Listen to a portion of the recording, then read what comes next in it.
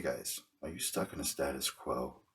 Do you have the thumb, some powerful authority, squashing you down?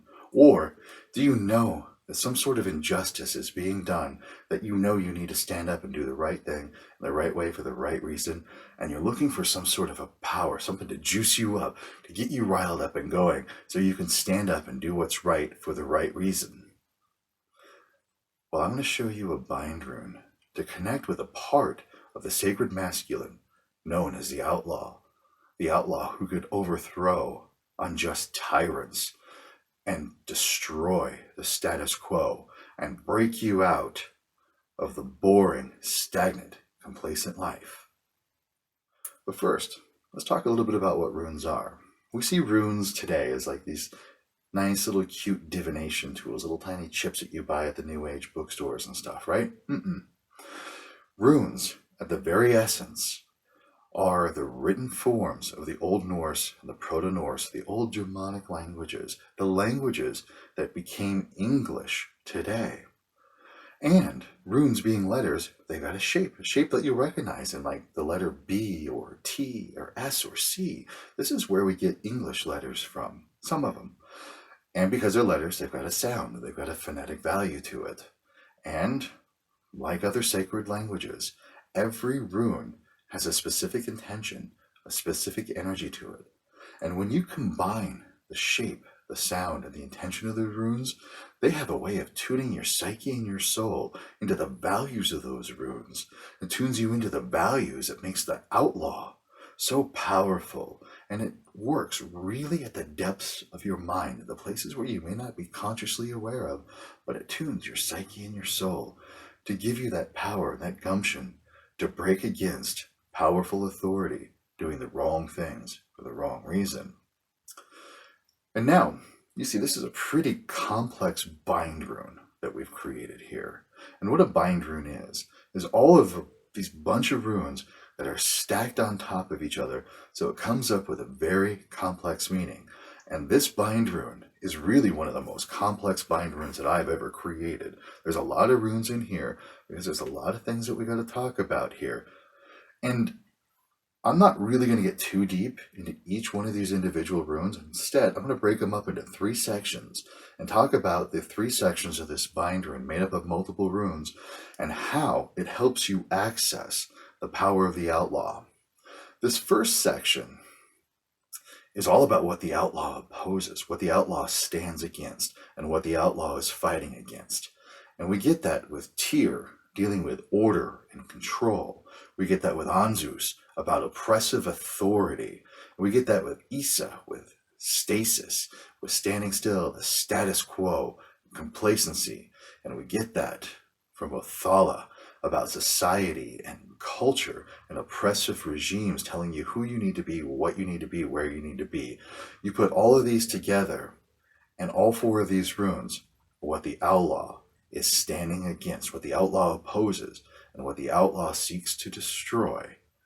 But how does the outlaw do that? What are the tools that the outlaw uses to stand against such powerful law and order and authority, trying to destroy the status quo of an oppressive culture? Well, that's the next section of runes. These 3 runes are how the outlaw stands against all of those things that he opposes. This first one is Hagalaz.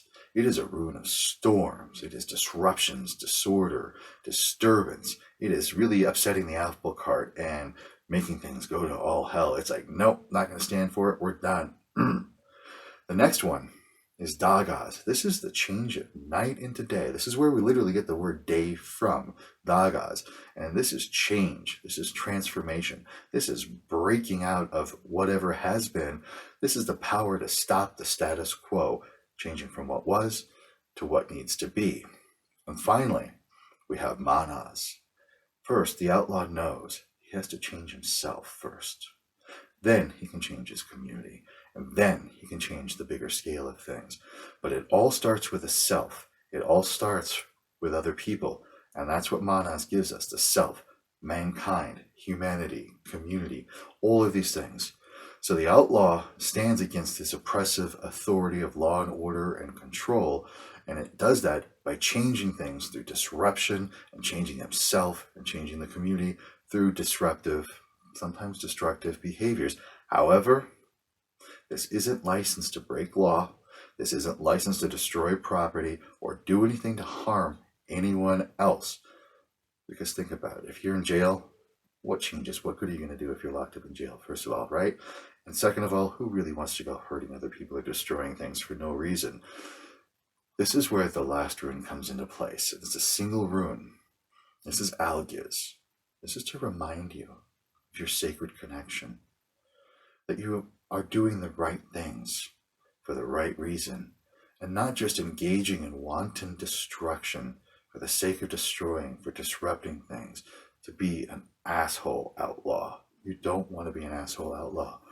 So use Algiz to connect to your sense of higher purpose, to get your sacred connection, to remember why you're doing this, the right things for the right reason.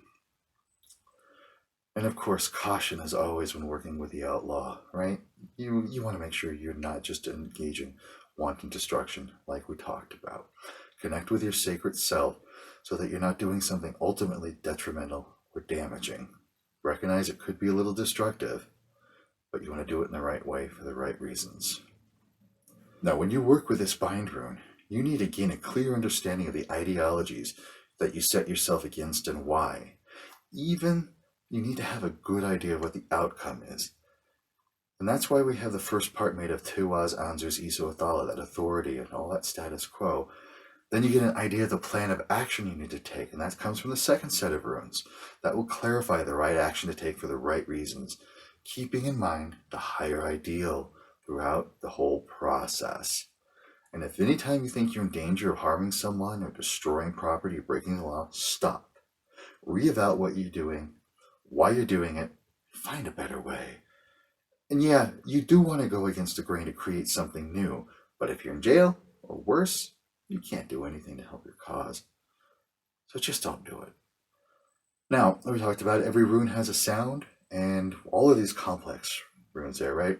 We're going to make a very simple Gulder sound. A very traditional way of working with runes is to sing the energies into existence. And we're going to do this with a very simple phrase of ha, da, ma. It's just ha, da, ma, ha, da, ma, ha, da, ma.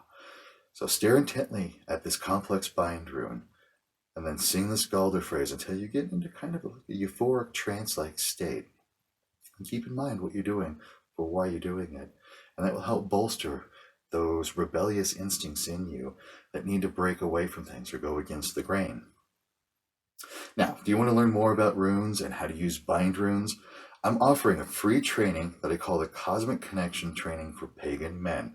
And in this training, you're going to learn more about runes, how we create bind runes, and then how to use bind runes as something that tunes you into something that has more powerful aspects from the sacred archetypes of the sacred masculine, so that you can tune into these higher aspects of being and become the man that the world really needs you to be right here and right now. Again, the training is free. All you got to do is follow this link, and I'll see you over there. You got nothing to lose, but a whole new life and a whole new world to gain. Hail!